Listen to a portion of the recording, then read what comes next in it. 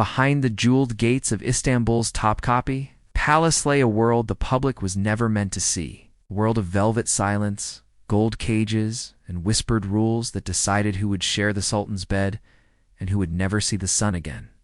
The Imperial Harem, known in Ottoman Turkish as Harem-I Humayun, was far more than a collection of concubines. It was an empire within an empire, a sealed kingdom of women ruled by fear, beauty, and obedience.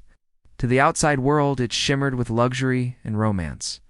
But within its walls, every gesture, every glance, even the way one breathed near the Sultan's chambers, was bound by rules carved in unspoken law.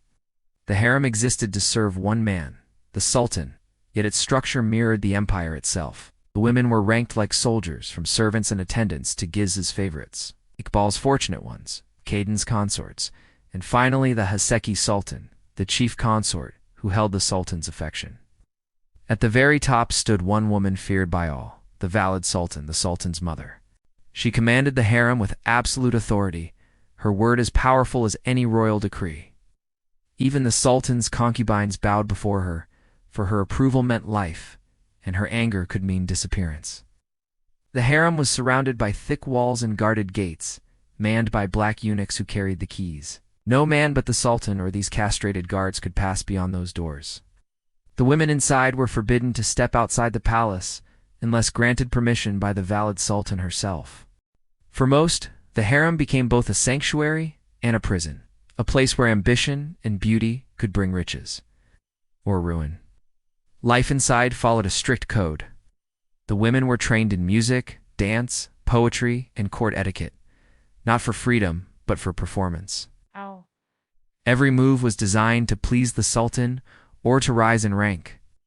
They learned how to walk softly, how to speak humbly, and how to suppress emotion. The more perfect they became, the less human they were allowed to be.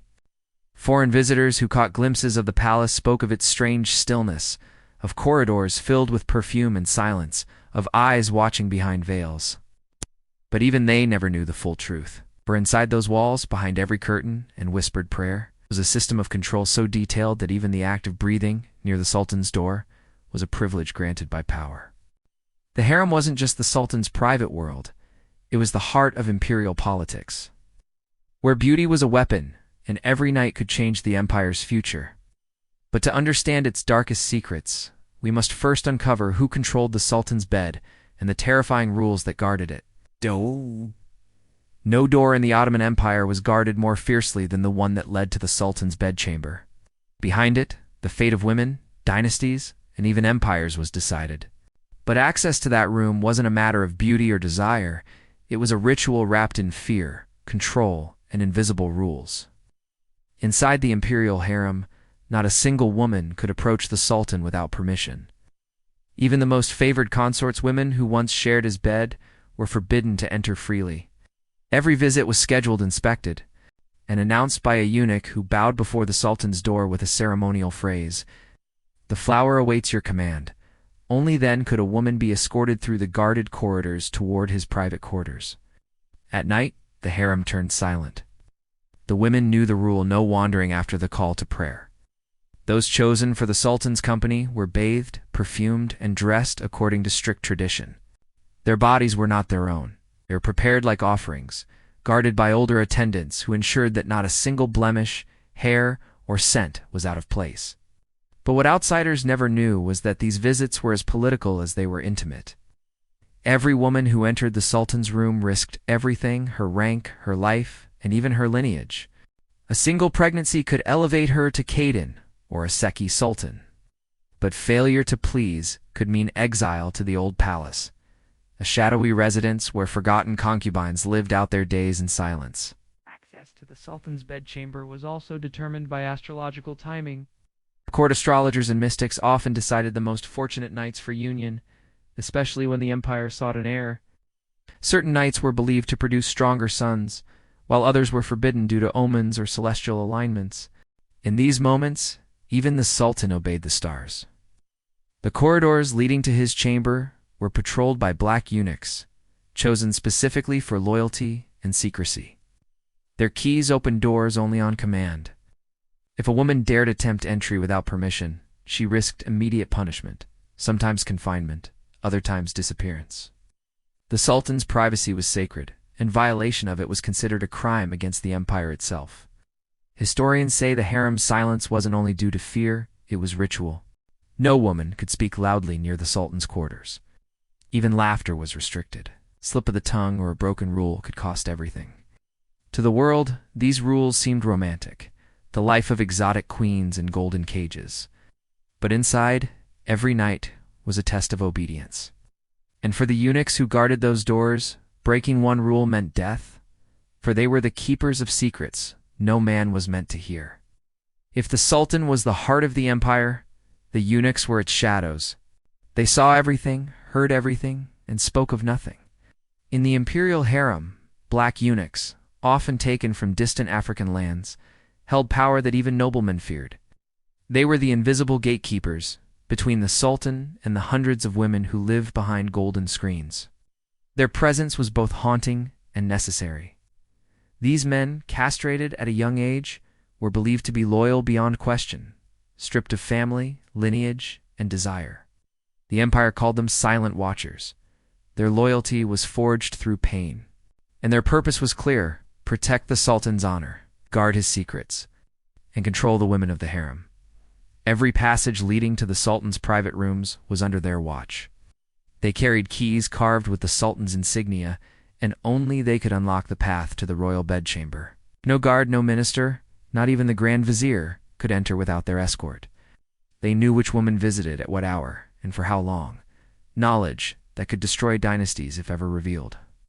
At the head of these guardians stood the chief black eunuch, or Kisler Aker, one of the most powerful figures in the Ottoman court. He was more than a servant. He was the voice of the Sultan's will inside the harem. His signature could order executions or grant mercy. It was said that when he walked through the marble halls, even the Sultan's favorites lowered their gaze. But the life of a eunuch was not one of peace. Many were captured as children, mutilated in distant lands, and sold through shadowy routes to reach Istanbul. Few survived the brutal operation. Those who did were trained in discipline, secrecy, and submission. Their only family became the palace walls. Some eunuchs developed deep bonds with the women they guarded, almost paternal in nature. They were the only men allowed to see the royal women unveiled, and in turn, they became trusted confidants. Yet betrayal was punished swiftly. The Sultan's spies watched the eunuchs as closely as they watched the concubines. Even a whisper of disloyalty could lead to silent strangulation, a fate carried out in darkness with a silk bowstring so that no royal blood was spilled. Their quarters were located close to the women's chambers, but eternally distant from their world. In the stillness of night, eunuchs patrolled the marble corridors by candlelight, listening for forbidden footsteps or murmurs that hinted at secret affairs. No one outside the palace ever saw the true fear in their eyes, the understanding that they were both prisoners and protectors, cursed to serve in a place where love was forbidden and silence was survival. The Imperial Harem did not begin with silk and jewels. It began with tears. Most of the women who entered the Sultan's palace were not born into royalty. They were taken, bought, or given as gifts, young girls from across the empire and beyond, chosen for their beauty, health, and obedience. Their journey to the heart of Istanbul often started in fear, not privilege. Slave traders and imperial agents scoured lands from Circassia, Georgia, the Balkans, and Crimea, looking for the perfect girls.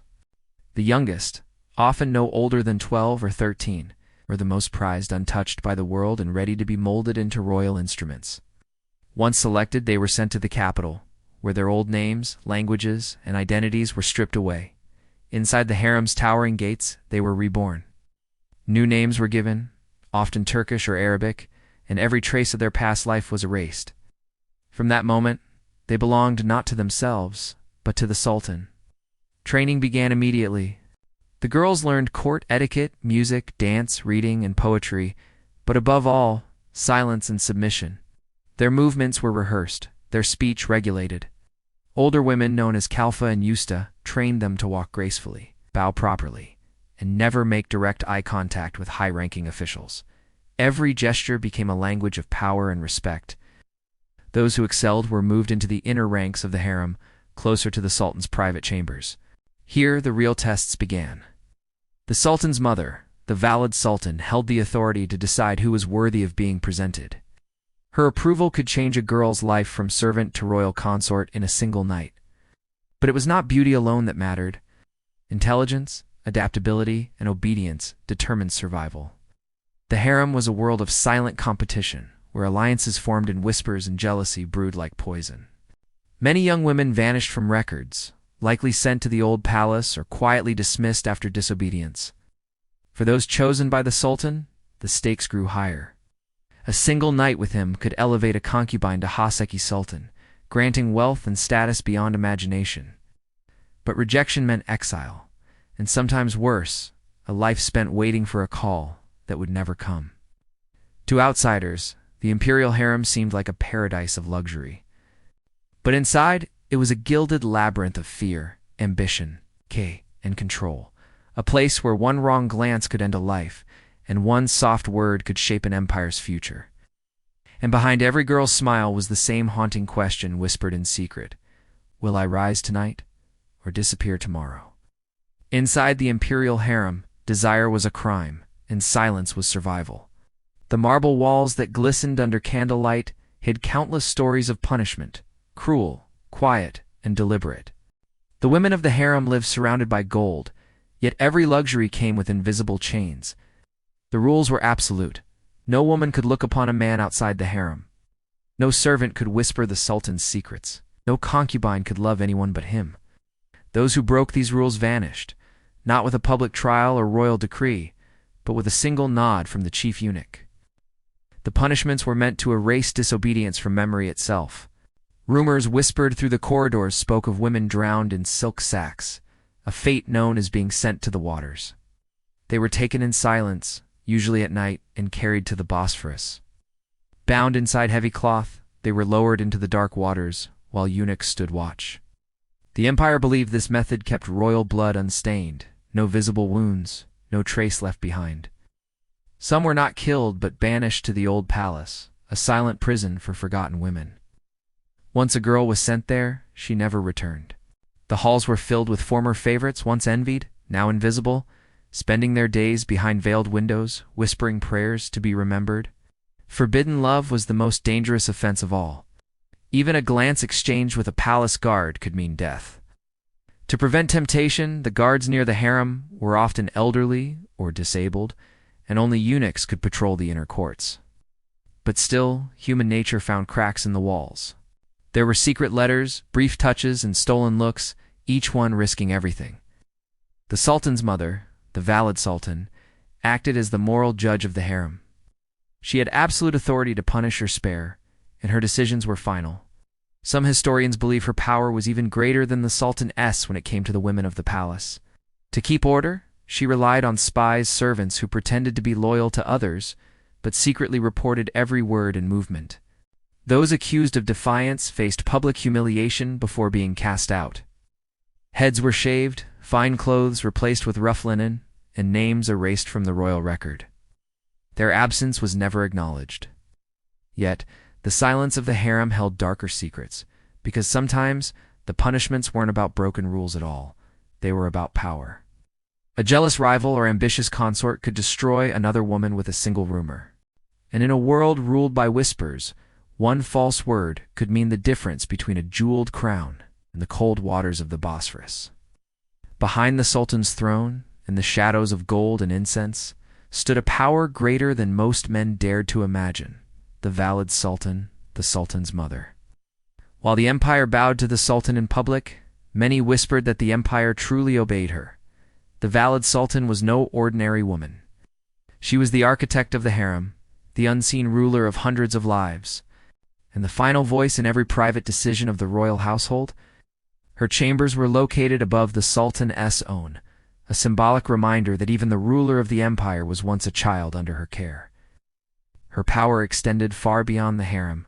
She controlled appointments, marriages, and alliances. Ambassadors sought her favor. Ministers feared her wrath. Even the chief eunuch, who commanded life and death in the harem, served at her will. With one word, she could make or unmake anyone in the palace. But her reign came with danger. The valid sultan lived surrounded by women who desired her downfall, concubines hoping to replace her influence through their own sons. Every new birth in the harem was a political earthquake. If a concubine bore a son, she gained the title Haseki Sultan, a potential mother of the next ruler. That meant she could one day rise to the same power the valid held. To protect her throne, the valid kept the harem under strict control. Every letter, every rumor, every visitor was watched. She decided which woman would see the sultan and which would never be called again. In her private meetings, she received reports from spies and eunuchs, coded updates on loyalty, behavior, and temptation. Her approval could mean wealth and security. Her anger could mean exile or death. Some valid sultans, like Kaksum Sultan and Turhan Sultan, were known for shaping the empire itself. They influenced wars, treaties, and successions, guiding young sultans from behind silk curtains. Kaksum Sultan once even ruled in place of her son, acting as regent while he was too young to govern. Her decisions kept the Ottoman Empire stable for decades, but her power made her enemies. Eventually, she was strangled by palace guards, a tragic reminder that in the harem, no power was eternal. The valid sultan's face was rarely seen by outsiders, but her influence could be felt in every part of the empire. She was both mother and monarch, worshipped, feared, and envied. To the women of the harem, she was both protector and predator. Her smile could open the path to the sultan's heart, or close the doors forever. And though she ruled from behind the curtains, every whisper in the palace carried her name, a silent acknowledgement that sometimes the most dangerous throne in history wasn't made of gold, but of silk. When the sun set over Istanbul and the call to prayer faded into silence, the true rituals of the imperial palace began. The world outside slept, but behind the towering gates of Topkapi, the Sultan's knights followed a code of secrecy, preparation, and control, where pleasure and power were intertwined. The Sultaness chamber was not a place of chaos or passion. It was a ritualized space, crafted with sacred precision. Every detail, from the flicker of the oil lamps to the scent of burning amber, was carefully arranged. Even the sheets, often woven from fine Bursa silk, were replaced after every visit, symbolizing purity and renewal. Before the Sultan ever laid eyes on a woman, she underwent a transformation that bordered on ceremony. Selected by the valid Sultan, the girl was bathed in rose water, her hair scented with musk, and her body wrapped in embroidered robes of crimson or gold. The palace midwives inspected her for illness or imperfection, for even the slightest flaw could end her chance that night. Once prepared, she was escorted by eunuchs through the corridor of silence, a narrow passage leading to the Sultan's private chamber. Along the way, candles dimmed and music softened to a haunting rhythm of flutes and strings. The atmosphere was designed not for romance, but for control. The Sultan was the center of the ritual, the embodiment of divine authority. Inside the chamber, the girl was forbidden to speak first. She bowed 3 times before the Sultan, a gesture of both respect and surrender. Only if he addressed her could she lift her eyes. The eunuch stood outside, ensuring that no word, no sound escaped the heavy doors. But what few knew was that the Sultan's intimacy had political consequences. Each encounter could create a potential heir, a child whose birth could alter the empire's balance of power. To prevent favoritism from weakening control, the Sultan was often advised by astrologers on which nights and with whom he should share his bed. The stars, not desire, guided the destiny of the royal bloodline. When the night ended, the woman was escorted back in silence. She was not allowed to look back. If the Sultan was pleased, she might be summoned again, rising to the rank of Ikbel or Haseki Sultan. But if not, she returned to her quarters, her status unchanged, her hope quietly fading. These nights were more than private encounters. They were acts of governance. The Sultan's chamber decided the lineage of rulers, the fate of mothers, and the survival of dynasties. And yet, in the stillness of the harem, every woman knew one truth. Behind the curtain of ritual and gold, the Sultan's nights belonged not to love, but to power. Behind the golden lattice and perfumed halls, the Imperial Harem was not a paradise. It was a battlefield disguised in silk. Every smile hid suspicion, every gift carried a hidden message, and every whisper could decide who lived and who vanished. The women of the harem were not only rivals for affection, they were rivals for survival. The greatest enemy of peace inside the harem was jealousy. Hundreds of women lived together, but only one could hold the sultaness' heart or bear the son who might one day inherit the throne. To the rest, that woman became both queen and target. Her meals were tasted by eunuchs before she ate. Her baths were guarded. Her closest attendants were spies in disguise. Behind closed doors, alliances formed and shattered like glass. Some women rose through cunning, offering bribes to eunuchs, sending secret gifts to the valid sultan, or whispering poison about their rivals. Others fell victim to lies they never saw coming. History remembers many of these silent wars. One of the most notorious was the conflict between Harem Sultan and Mahidevran Sultan, both consorts of Suleiman the Magnificent. Mahidevran, the mother of his firstborn son, once ruled the harem with grace. But when Harem, a slave girl from Ruthenia, caught the Sultan's attention, everything changed. Their rivalry turned violent. According to chroniclers, Mahidevran attacked Harem in a jealous rage, clawing at her face. Though the incident was kept secret from the outside world, it ended Mahidevran's reign inside the palace. She was exiled with her son, while Harem rose to become one of the most powerful women in Ottoman history.